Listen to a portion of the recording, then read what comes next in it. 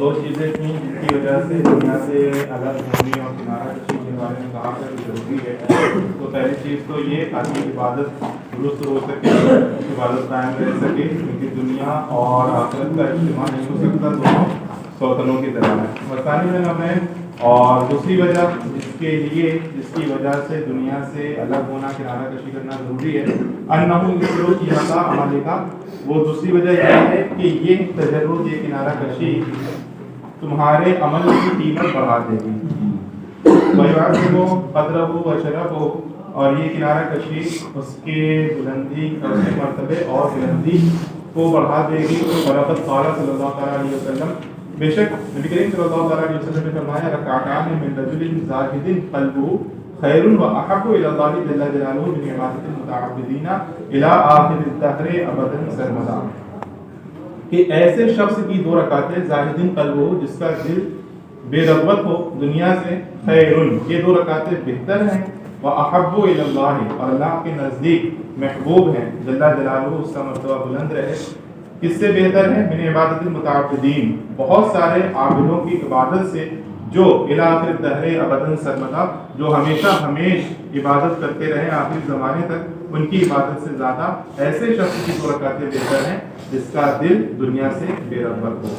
فَإِذَا كَانَتِ الْعِبَادَةُ تَشْرُفُ وَتَكْثُرُ بِذَلِكَ, تو جب عبادت تشرف بلند ہو رہی ہے, وَتَكْثُرُ زیادہ ہو رہی ہے, بِذَلِكَ اس کی وجہ سے, فَحَقَّ لِمَنْ طَلَبَ الْعِبَادَةَ أَنْ يَذْهَبَ فِي الدُّنْيَا وَيَتَجَرَّدَ عَنْهَا, تو جو عبادت کا طلبگار ہے اس کے لیے یہ حق بنتا ہے کہ وہ دنیا سے بے رغبت ہو جائے, وَيَتَجَرَّدَ عَنْهَا, اور اس سے الگ تھلگ ہو جائے. فَإِنْ قُلْتَ, تو اگر آپ یہ کہیں, فَمَا مَعْنَى الزُّهْدِ فِي الدُّنْيَا وَمَا حَقِيقَةُ ذَلِكَ, کہ دنیا سے بے رغبت ہونے کا معنی کیا ہے, اس کی حقیقت کیا ہے. فَاعْلَمْ, تو یہ جان لو کہ ان الزہد عند علمائنا رحمهم اللہ تعالی زہدان, کہ ہمارے علماء کرام رحمۃ اللہ تعالی علیہم اجمعین کے نزدیک زہد دو طرح کے ہیں. زہد المقدور للعبد, ایک تو ایسا زہد جو بندے کے اختیار میں ہے, اس کی قدرت میں ہے, وزہد غیر مقدور, اور دوسرا وہ جو اس کی قدرت سے باہر ہے. فالذی ہوا مقدور ثلاثۃ اشیاء, تو وہ زہد جو بندے کے اختیار میں ہے, اس کی قدرت میں ہے, وہ تین چیزیں ہیں. ترک و طلب المفقود من الدنیا, کہ دنیا کی جو مفقود چیز ہے, یعنی کہ دنیا کی غیر حاصل چیز کی طلب چھوڑ دینا, کہ جو حاصل نہیں ہوئی ہے اس کی طلب نہ کرنا. وتفریق المجموع منها اے من الدنیا, اور دنیا کی جو چیز جمع ہے, یعنی جو چیز حاصل ہے, اسے جدا کر دینا, یعنی تقسیم کر دینا.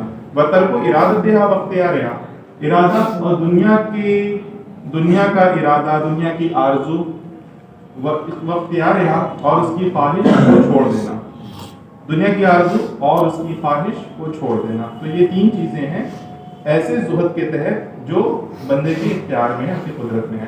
واما زہد الذی ہوا غیر مقدور للعبد, اور رہ گئی بات اس زہد کی جو بندے کے اختیار میں نہیں ہے, اس کی قدرت میں نہیں ہے. فہو برودۃ الشیء علی قلب الزاہد, تو وہ زاہد کے دل پر شے کا ٹھنڈا پڑ جانا ہے, کسی بھی چیز کی کوئی خواہش ہی نہ ہو, بالکل ٹھنڈی پڑ جائے وہ چیز.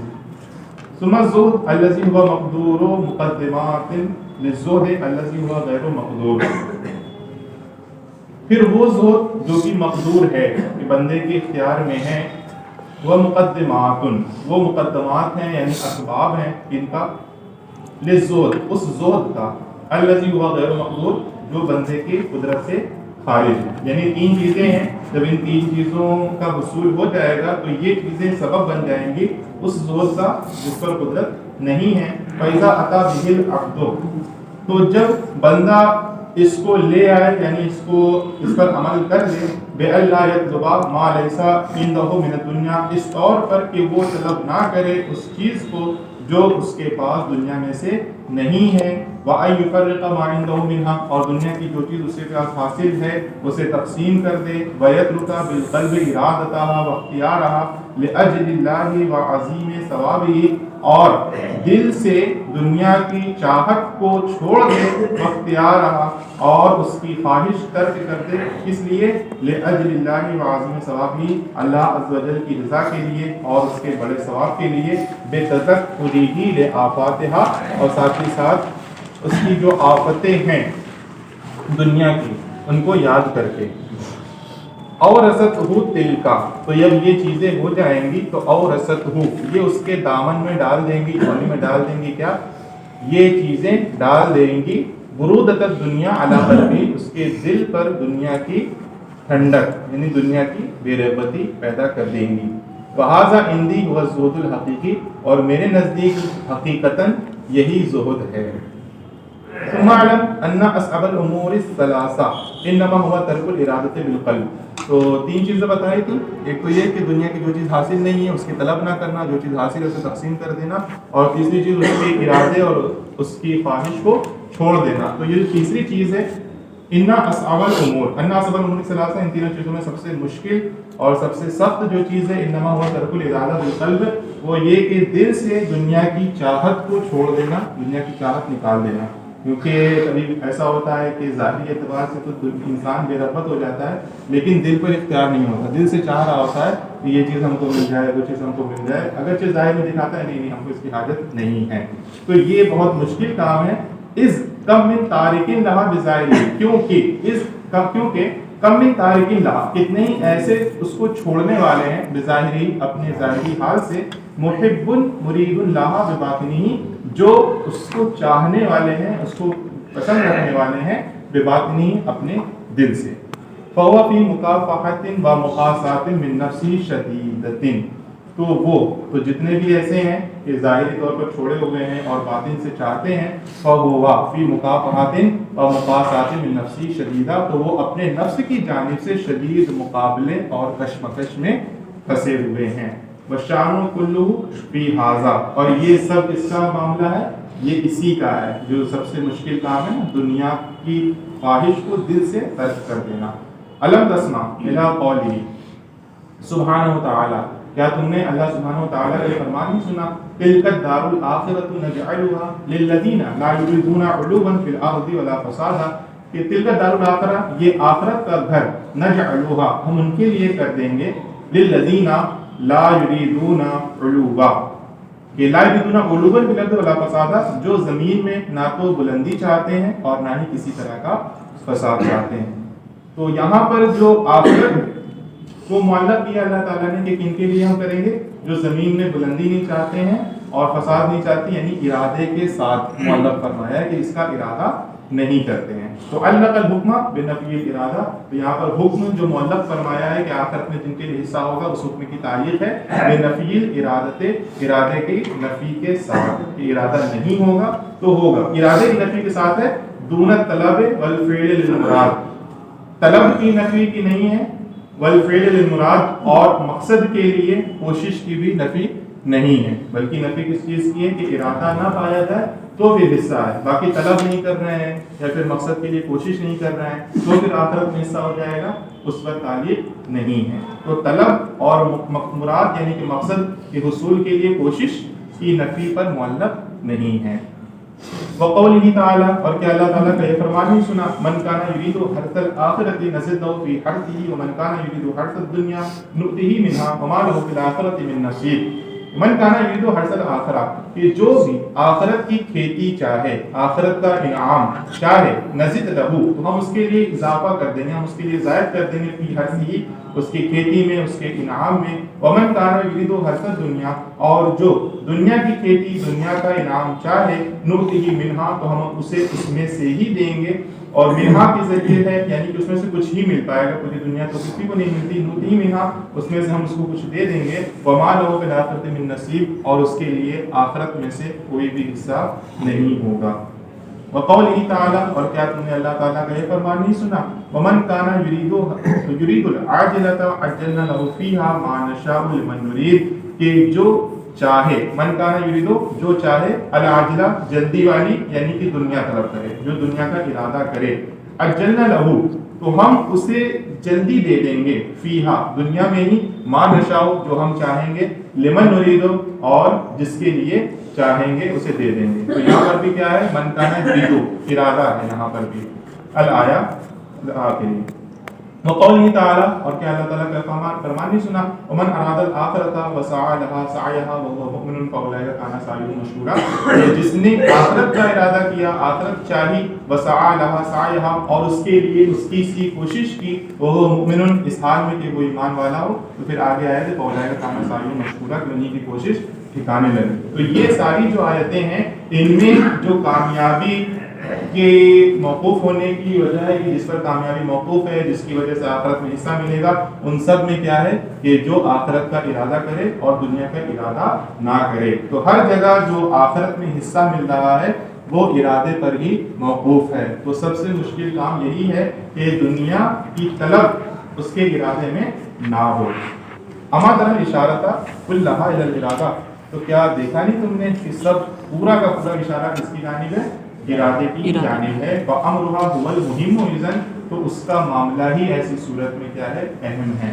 لیکن العبد اذا واظب واستقام علی الامرین الاولین، لیکن بندہ جب پابندی کرتا ہے اور مسلسل برقرار رہتا ہے علی الامرین الاولین، پہلی دو چیزوں پر، یعنی کہ دنیا کی مفقود غیر حاصل شدہ کی طلب نہ کرنا اور جو اس کی حاصل شدہ چیز ہے اسے تقسیم کر دینا، لیکن دونوں چیزوں پر پابندی کرتا ہے، عانی الترک والتفریق، یعنی کہ ترک اور تقسیم کی پابندی کرتا ہے، فَمَأْمُولٌ مِّن فَضْلِ اللَّهِ سُبْحَانَهُ أَن يُوَفِّقَهُ لِدَفْعِ هَٰذِهِ الْإِرَادَةِ وَالِاخْتِيَارِ عَنْ قَلْبِهِ، تو مأمول امید ہے من فضل اللہ سبحانہ، اللہ سبحانہ وتعالیٰ کے فضل و کرم سے، ان یوفقہ کہ اسے توفیق دے دے، لدفع هذه الإرادة والاختیار عن قلبی، اپنے دل سے اس چاہت اور خواہش کو دفع کرنے کی، فإنه المتفضل، کیونکہ وہی اللہ فضل والا ہے، الکریم کرم والا ہے، بخشش والا ہے، عز و جل عزت والا ہے، بلند و برتر ہے۔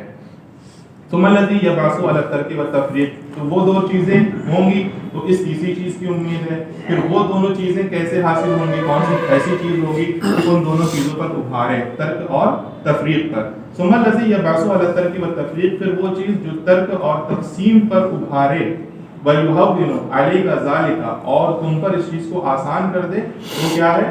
ذکر آفات الدنیا وعیوبها، دنیا کی طرح طرح کی آفتیں اور ان کے عیوب کا ذکر ہے۔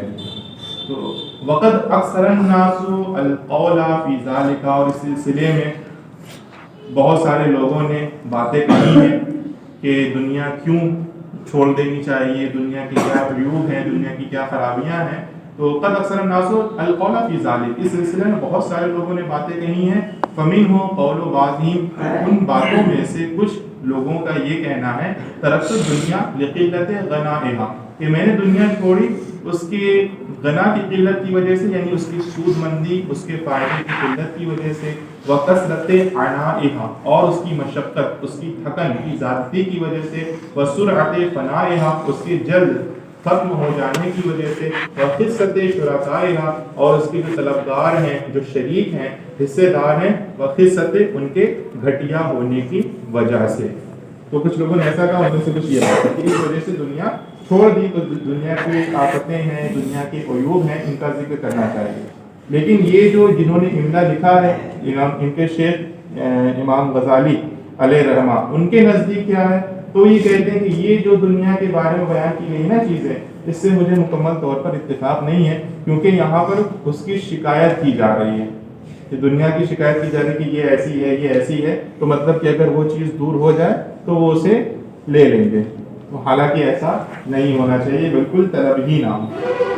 تو قال شیخی الامام رحمہ اللہ، کہ میرے شیخ امام رحمۃ اللہ تعالیٰ نے فرمایا، لیکن یجیو من ھذا رائحۃ الرغبۃ الفائحۃ، فاحا یفوق مانا ہوتا ہے بو کا پھیلنا، چاہے اچھی ہو یا بری، لیکن یجیو من ھذا، کہ اس تعریف سے جو دنیا کے عیوب کے ذکر میں بارے میں کی گئی ہے نا، لیکن یجیو من ھذا، یا من ھذا القول، اس قول سے، اس بات سے کیا آ رہی ہے؟ رائحۃ الرغبۃ الفائحہ، اس سے رغبت کی بو آ رہی ہے، کہ دنیا کی رغبت ہے، اسی لیے اس کی شکایت ہو رہی ہے۔ لأنه من شکا فراق احد، اس لیے کہ جس نے بھی کسی کی فراق، کسی کے فراق، کسی کی جدائی کی شکایت کی، احب وصالہ، تو اسے اس کا ملن کیا ہوتا ہے؟ محبوب ہوتا ہے، پسندیدہ ہوتا ہے۔ تو یہاں شکایت کی جا رہی جدائی کی۔ ومن ترک شیئا لمکان الشرکاء فیہ، اور اس میں کہا تھا نا وخصت شرکائها، تو تو اور یہ کہ جس نے کوئی چیز چھوڑی اس وجہ سے لمکان شرکاء فیہ، اس میں حصے داروں کی وجہ سے اخذہ لو انفرد بھی، تو وہ اسے لے لے گا اگر اس میں کیا ہو، یکتا ہو، تنہا اس کو مل جائے تو لے لے گا. تو اس میں کیا ہے، رغبت کی بو آ رہی ہے. فالقول البالغ فی، تو اس میں جو بالغ کامل قول ہے کہ کیوں دنیا کو چھوڑ دینا چاہیے، کیا آفتیں ہیں، کیا برائیاں ہیں، ما قالہ شیخنا رحمہ اللہ، تو وہ وہی ہے جو ہمارے شیخ صاحب نے فرمایا کہ ان دنیا عدو اللہ عز وجل، کہ دنیا اللہ عز وجل کی دشمن ہے، وانت محبہ، اور تو اللہ تعالیٰ کا محب ہے، اللہ تعالیٰ سے محبت کرنے والا ہے. ومن احب احدا ابغض عدوہ، اور جس نے کسی سے محبت کی تو اس کا تقاضا کیا ہے، ابغض عدوہ، اس کے دشمن سے اس نے عداوت کی، دشمنی کی. تو اس لیے تو پھر تمہیں دنیا میں کوئی رغبت نہیں رہے گی. وَلِأَنَّهَا فِي أَصْلِهَا وَسِخَةُ جِیفَةٍ، وسخہ مطلب گندگی اور جیفہ مطلب ہوتا ہے سڑی ہوئی لاش. تو اب دنیا کی اور کیا خرابی ہے، وَلِأَنَّهَا فِي أَصْلِهَا، اور اس لیے کہ در حقیقت دنیا کیا ہے، وسخۃ جیفۃ، سڑی ہوئی لاش کی بدبو ہے، گندگی ہے. الا تری ان آخرها الى القذر والفساد، کیا تم دیکھتے نہیں کہ دنیا کا انجام، دنیا کی انتہا کیا ہے، الى القذر، یہ گندگی ہے اور بگاڑ ہے. والتلاشی، تلاشا ہے، تلاشا واوی ہے، تو اس کا مطلب ہوتا ہے معدوم ہونا، ناپید ہونا. والتلاشی والازملال، اور ناپید ہو جانا اس کا انجام ہے. والازملال، اور پزمردگی اس کا انجام ہے. والنفاد، اور ختم ہو جانا، فنا ہو جانا، یہ اس کا انجام ہے. لیکنھا جیفۃ ضمخت بطیب، لیکن وہ ایسی سڑی ہوئی لاش ہے، ضمخت ضمہ، یہ ضمخہ ضمخو مطلب خلط ملط کر دینا، ضمخت بطیب، جسے عمدہ چیز سے کیا کر دیا گیا، ملا دیا گیا ہے. وترزت، ترزہ یترجو تطریز، بیل سے بنانا، نقش و نگار کرنا. وترزت بزینت، اور طرح طرح کی آرائشوں سے اسے سوار دیا گیا ہے. فاغتر بظاہرها الغافلون، تو اس کے ظاہر سے غافل دھوکے میں آ جاتے ہیں. وزہد فیہا العاقلون، اور عقل مند اس سے بے رغبت ہی رہتے ہیں. فَإِنْ قِیلَ، تو اگر یہ کہا جائے فما حکم الزہد فی الدنیا اہوا فرض ام نفل، کہ دنیا سے بے رغبتی کا حکم کیا ہے، کیا وہ فرض ہے یا نفل ہے. فاعلم، تو جان لو کہ ان الزہد یقع عندنا فی الحلال والحرام، کہ زہد جو ہوتا ہے وہ ہمارے نزدیک دو طرح کا ہوتا ہے، ایک زہد فی الحلال اور زہد فی الحرام، یعنی حلال چیزوں سے بے رغبت ہونا اور حرام چیزوں سے بے رغبت ہونا. فہو فی الحرام فرض، حرام چیزوں میں زہد اختیار کرنا کیا ہے، فرض ہے، کہ اس سے بچنا، اس سے بے رغبت ہونا فرض ہے. وفی الحلال نفل، اور حلال چیزوں سے بے رغبت ہونا، حلال چیزوں میں زہد اختیار کرنا نفل ہے. ثم منزلۃ حاصل حرام، پھر اس حرام کا درجہ لمستقیم الطاعت، ان لوگوں کے لیے جو طاعت و بندگی میں سیدھے راستے پر ہیں. لمستقیم الطاعت، جو طاعت و بندگی میں سیدھے راستے پر ہیں، ان لوگوں کے لیے اس حرام کا درجہ بمنزلۃ المیتۃ المستقذرہ، یہ گھناؤنے مردار کی طرح ہے، گھناؤنے مردار کے درجے میں ہے. لا یقدم علیہا الا عند الضرورت، کہ وہ لوگ کیا کریں گے، اس پر سبقت نہیں کریں گے، اس کی جانب پیش قدمی نہیں کریں گے، الا عند الضرورت، بمقدار ضرورت، مگر ضرورت کے وقت، اور صرف ضرر اور نقصان کو دفع کرنے کی مقدار میں، جیسا کہ حالت اضطرار میں اس چیز کی اجازت ہوتی ہے کہ حالت اضطرار میں مردار کھانا جائز ہوتا ہے، لیکن صرف اتنا کہ جان بچ سکے، اس سے زیادہ نہیں. تو ان کا بھی یہی حال ہے کہ جو مستقیم طاعت ہے، یعنی جن کے لیے طاعت و بندگی درست ہو چکی ہے، قائم ہو چکی ہے، تو اس کی جانب پیش قدمی نہیں کرتے، سبقت نہیں کرتے، مگر صرف اور صرف ضرورت کے وقت. وَأَمَّا الزُّهْدُ فِي الْحَلَالِ، تو یہ بات ہوگی زہد فی الحرام کی. وَأَمَّا الزُّهْدُ فِي الْحَلَالِ، اور رہی بات حلال چیزوں میں زہد اختیار کرنے کی، فَإِنَّمَا يَكُونُ فِي مَنزِلَةِ الْأَبْدَالِ، تو وہ بندہ جو اس راستے کا سالک ہوتا ہے، فَإِنَّمَا يَكُونُ، تو وہ ہو جاتا ہے، فِي مَنزِلَةِ الْأَبْدَالِ، ابدال کے درجے میں. حلال چیزوں میں جو ہوتا ہے نا، اس میں جو سالک ہوتا ہے، سالک تصوف، وہ ابدال کے درجے میں ہوتا ہے. یکون عندہم، اور ابدال کا کیا حکم ہوتا ہے، یکون عندہم الحلال بمنزلۃ المیتۃ، کہ ان کے نزدیک جو حلال بھی ہے وہ مردار کے درجے میں ہوتا ہے. لا يتناولون منها الا قدرا لا بد منها، تو وہ اس میں سے نہیں لیتے مگر اتنی ہی مقدار جتنی ضروری ہے. والحرام عندہم بمنزلۃ النار، اور جو حرام ہے ان کے نزدیک وہ تو آگ کی طرح ہے، کہ آگ تو آگ کے پاس جانے کا کوئی سوچ بھی نہیں سکتا. تو والحرام عندهم بمنزلۃ النار، اور ان کے نزدیک آگ، یہ حرام ان کے نزدیک آگ کے درجے میں ہے. لا یخطر ببالہم قصد تناولها بحال، کہ ان کے دلوں میں اس کو حاصل کرنے کا ارادہ کبھی آتا ہی نہیں ہے، ان کے دل میں بالکل بھی خیال نہیں آتا ہے کسی بھی حالت میں. وہذا ہمارا برودت علی القلب، اور یہی جو پہلے بیان کیا تھا نا کہ زہد کے جو کچھ مقدمات ہوتے ہیں جن پر بندے کو قدرت ہوتی ہے اور وہ دوسرا جس پر بندے کو قدرت نہیں ہوتی، تو یہی چیز ہے وہذا ہمارا برودت علی القلب، اور یہی دل پر ٹھنڈے چیزوں کے ٹھنڈے ہو جانے کا معنی ہے. بین تنقطع ہمتہ عنہا، کہ اس بندے کا ارادہ، اس کی چاہت اس چیز سے بالکل بھی ختم ہو جاتی ہے، بالکل لیا ختم ہو جاتی ہے. وَيَسْتَقْذِرَهَا وَيَسْتَنْكِرَهَا جِدًّا، اور وہ اس سے گھن کرتا ہے، وَيَسْتَنْكِرَهَا اس سے نفرت کرتا ہے، جدّا بہت زیادہ. فَلَا يَبْقَى لَهَا فِي قَلْبِهِ اخْتِيَارٌ وَلَا إِرَادَةٌ، تو اس کے لیے فَلَا يَبْقَى لَهَا اے لِلدُّنْيا، تو اس کے لیے کچھ بھی باقی نہیں رہتا اس کے دل میں، نہ تو کوئی خواہش اور نہ ہی کوئی چاہت. فَإِن قُلْتَ، تو اب یہ جو کہا تھا نا کہ آگ کی طرح ہے، فَإِن قُلْتَ، تو اگر آپ یہ کہیں كيف يمكن أن تسير الدنيا في شهواتها ولذاتها العجيبة المطلوبة عند الإنسان بمنزلة النار، کہ یہ کیسے ممکن ہے کہ دنیا ہو جائے فی شہواتها اے مع شہواتها، اپنی شہوتوں کے ساتھ، ولذاتها عجیبہ، اور طرح طرح کی لذتوں کے ساتھ، المطلوبہ جو کہ مطلوب بھی ہے، لذتیں بھی ایسی ہیں جو مطلوب ہیں عند الانسان، انسان کے نزدیک، وہ کیسے ہو جائے؟ بمنزلۃ النار، آگ کی طرح کیسے ہو جائے؟ اور بمنزلۃ الجیفہ المستقذرہ المستحیلہ، کہ یا پھر اس سڑی ہوئی لاش کی طرح کیسے ہو جائے؟ المستقذرہ، جس سے گھن کی جاتی ہے، المستحیلہ، جس کی حالت بالکل بدل چکی ہو. اور حال کیا ہے؟ والبنیۃ بنیتنا والطبع طبعنا، حالانکہ سارے انسانوں کی جو ساخت ہے، جو بناوٹ ہے، والبنیۃ بنیتنا، کہ بناوٹ ہماری بناوٹ ہے، یعنی ہم سب کی بناوٹ ایک طرح کی ہے، والطبع طبعنا، اور طبیعت ہماری سب کی ایک ہی طرح کی ہے. تو جب اتنے سارے لوگوں کے نزدیک وہ چیز مرغوب اور پسندیدہ ہے تو آخر وہ آگ کے درجے میں کیسے ہو سکتی ہے؟